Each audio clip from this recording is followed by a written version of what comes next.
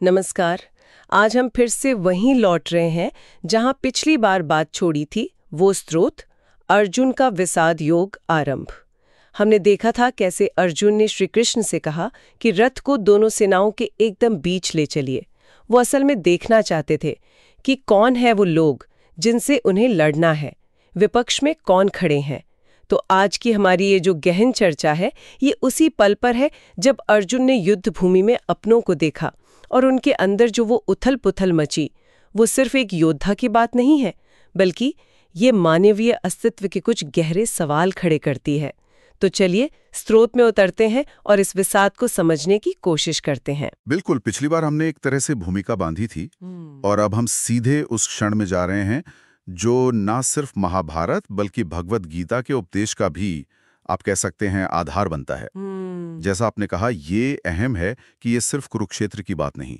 स्रोत यहाँ अर्जुन के जरिए एक यूनिवर्सल मानवीय दुविधा दिखा रहा है, कर्तव्य और लगाव का टकराव। हम सब कभी ना कभी जीवन में ऐसे मोड़ पर आते हैं है ना? जहाँ सही गलत प्रिय उचित चुनना पड़ता है। तो आज हम श्लोक 28 से 30 पर ध्यान देंगे।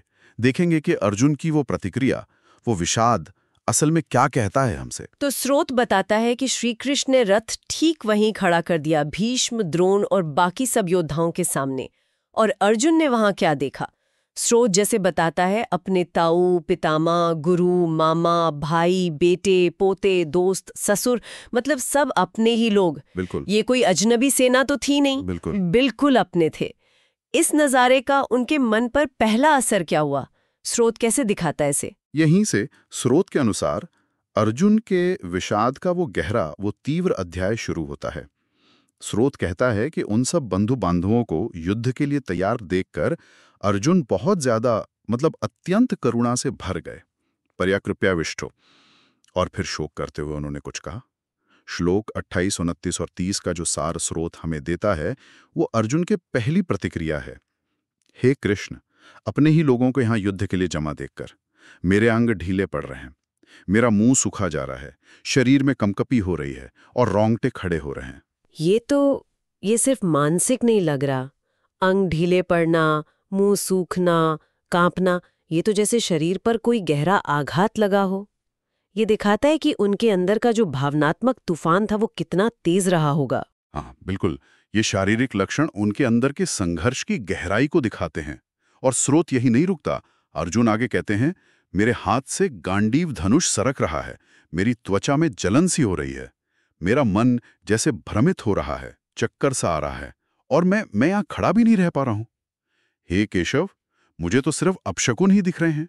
ये जो शारीरिक लक्षणों का वर्णन है ना, ये बहुत महत्वपूर्ण है।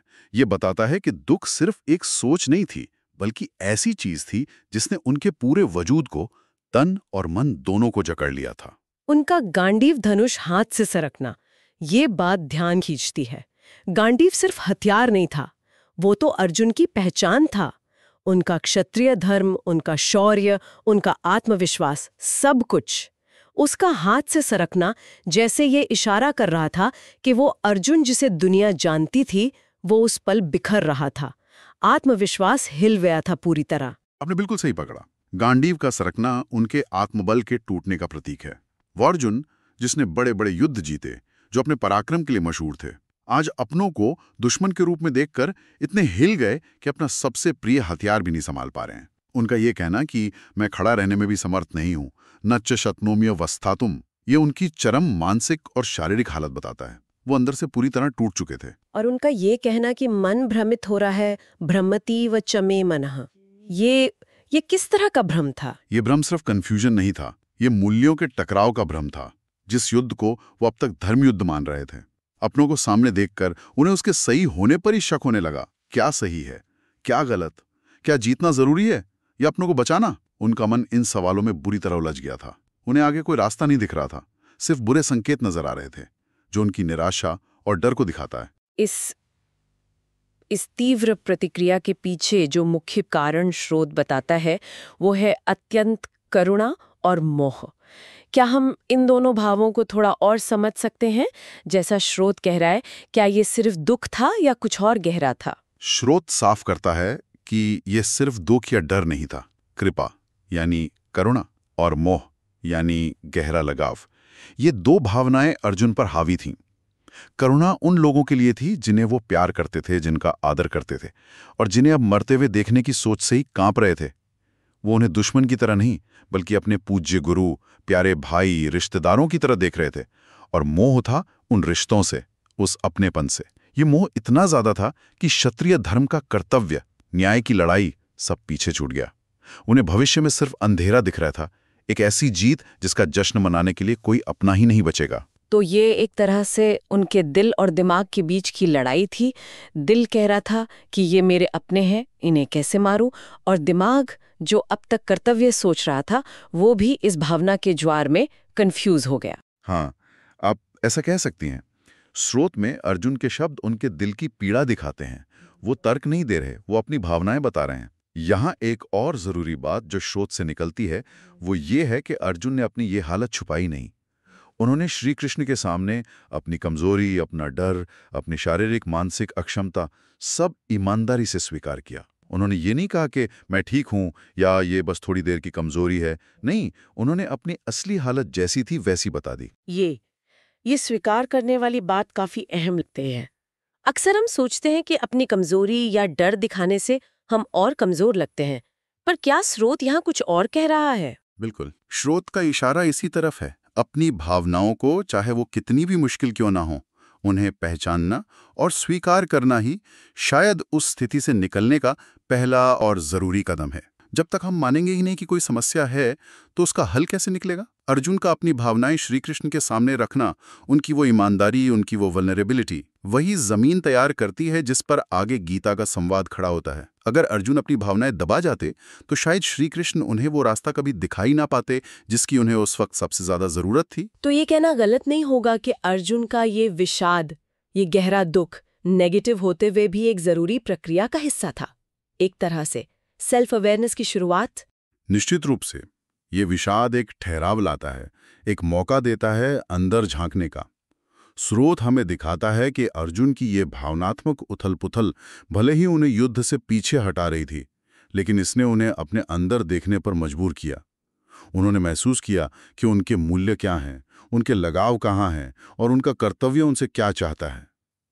अपनी कमजोरी को स्वीकार करने का साहस दिखाना असल में अंदरूनी ताकत की निशानी हो सकता है, क्योंकि इसी स्वीकृति के बाद ही इंसान मदद मांगने या रास्ता खोजने की दिशा में बढ़ सकता है। और जैसा आपने पहले कहा था, ये स्थिति सिर्फ अर्जुन की नहीं है, स्रोत इसे एक यूनिवर्सल मानवीय अनुभव की तरह दिखाता है। हाँ, यही इस प्रसंग की सबसे बड़ी प्रासंगिकता है। आज भी हम सब अपनी जिंदगी में ऐसे संघर्षों का सामना करते हैं। कभी प्रोफेशनल जिम्मेदारियां पारिवारिक रिश्तों से टकराती हैं, कभी हमारी अपनी इच्छाएं समाज की उम्मीदों के सामने खड़ी होती हैं, कभी हमें ऐसे फैसले लेने पड़ते हैं जिनसे हमारे अपने लोग प्रभावित हो सकते हैं। उन पलों में हमारे अंदर भी वैसी ही उथल पुथल मच सकती है जैसी अर्जुन के मन में मची थी। तब स्रोत हमें याद दिलाता है कि ऐसी भावनाएं आना स्वाभाविक है, पर जरूरी ये है कि हम उनका सामना कैसे करते हैं। क्या हम उनसे भागते हैं, उन्हें दबाते हैं, या अर्जुन की तरह उन्हें स्वीकार करके समझने की कोशिश करते हैं? ये बात सोचने पर मजबूर करती है कि भावनाओं को दबाना शायद उस वक्त आसान लगे, पर लंबे समय में वो शायद ज्यादा नुकसानदेह हो। अर्जुन की ईमानदारी ने बातचीत का रास्ता खोला। एकदम सही कहा। जब हम अपनी भावनाओं को स्वीकारते हैं, तभी हम उनके कारणों को समझ पाते हैं और उन्हें सही दिशा दे पाते हैं। अर्जुन की स्वीकृति ने ही श्री कृष्ण को मौका दिया कि वो उन्हें कर्म, ज्ञान और भक्ति का वो मार्ग दिखा सकें जो उन्हें इस विषाद से ऊपर उठने में मदद करता है। इसलिए स्रोत का ये छोटा सा अंश हमें इमोशनल इंटेलिजेंस का एक गहरा सबक सिखाता है, अपनी अंदरूनी सच्चाई को जानना और मानना। तो कुल मिलाकर आज हमने स्रोत के जरिए अर्जुन के विषाद के उन शुरुआती लेकिन बहुत ही अहम पलों को गहराई से देखा। हमने समझा कि कैसे कुरुक्षेत्र के मैदान में अपने ही गुरुओं और रिश्तेदारों को युद्ध के लिए सामने पाकर उनका मन करुणा और मोह के तेज बहाव में डूब गया, अभिभूत हो गया। और ये सिर्फ मानसिक उथल-पुथल नहीं थी। हमने देखा कि कैसे इस अंदरूनी संघर्ष ने उनके शरीर पर भी असर डाला। अंग ढीले पड़ गए, शरीर कांपने लगा, त्वचा में जलन होने लगी, और यहाँ तक कि उनका गांडीव धनुष, जो उनके आत्मविश्वास का प्रतीक था, वो भी हाथों से छूटने लगा। ये सब उनके गहरे भावनात्मक और मानसिक संकट की गवाही दे रहा था। और इस पूरे विवरण से जो सबसे अहम सीख स्रोत हमें दे रहा है वो है अपनी मुश्किल और असहज भावनाओं को पहचानने और स्वीकार करने का महत्व। चाहे वो डर हो, दुख हो, भ्रम हो या फिर कर्तव्य और लगाव के बीच का वो संघर्ष, इनसे मुंह मोड़ने या इन्हें नकारने के बजाय इन्हें मानना ही आत्मज्ञान और समाधान की ओर पहला कदम है। अर्जुन का अपनी स्थिति को ईमानदारी से बताना ही आगे के दिव्य उपदेश की नींव रखता है। ये वाकई एक गहरा और सोचने लायक बिंदु है जो स्रोत के इस अंश में छिपा है। ये सिर्फ एक पौराणिक कहानी का हिस्सा नहीं, बल्कि मानवीय मनोविज्ञान और भावनात्मक प्रबंधन का एक कालातीत पाठ है। आज की इस विस्तृत चर्चा को यहीं विराम देते हैं और जाते जाते सुनने वालों के लिए एक विचार छोड़ जाते हैं जो स्रोत की इसी चर्चा से निकलता है। स्रोत हमें ये तो सिखाता है कि अपनी भावनाओं और कमजोरियों को पहचानना और स्वीकार करना जरूरी है, जैसा अर्जुन ने किया। लेकिन इस स्वीकृति और अपने तय कर्तव्य या जीवन के लक्ष्यों के प्रति समर्पण के बीच वो संतुलन कैसे बनाया जाए?